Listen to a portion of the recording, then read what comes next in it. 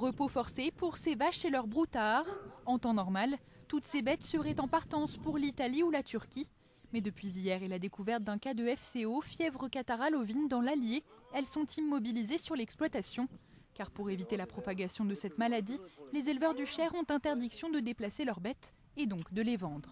On a un cycle normal, on sait qu'on vend les animaux au début octobre, c'est pour payer des échéances qui sont calées à cette période-là. Donc ça implique d'aller voir le banquier, ça implique d'aller voir tous les clients, les fournisseurs, et puis refaire le point. Et on est un peu désespéré, quoi.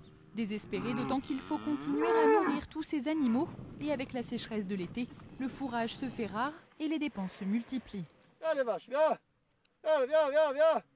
Une très mauvaise nouvelle qui fait suite à un été compliqué, avec des cours du prix de la viande en baisse et une forte concurrence européenne. Laurent Charrier le sait, ces bovins ont peu de chances d'intéresser les acheteurs à un bon prix après cette crise sanitaire. Le temps que le protocole de vaccination se mette en place, si on compte 2 mois et demi, 3 mois, on les aura encore dans les bâtiments, dans les stabulations, au moment où il va falloir rentrer les vaches pour les prochains vélages. Et donc les stabulations ne sont pas extensibles, déjà qu'on manque de nourriture.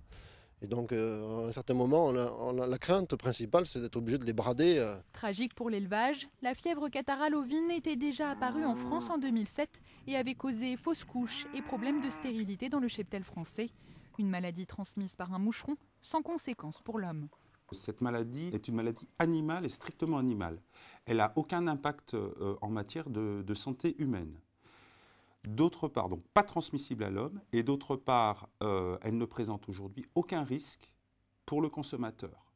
Aucune des denrées découlant de la consommation des animaux, c'est-à-dire la viande, le lait, ne présente un risque quelconque pour l'homme. Dès les prochains jours, pour contenir cette maladie, des contrôles vétérinaires et des vaccinations vont être mis en place dans les exploitations situées dans un rayon de 150 km autour du foyer infectieux.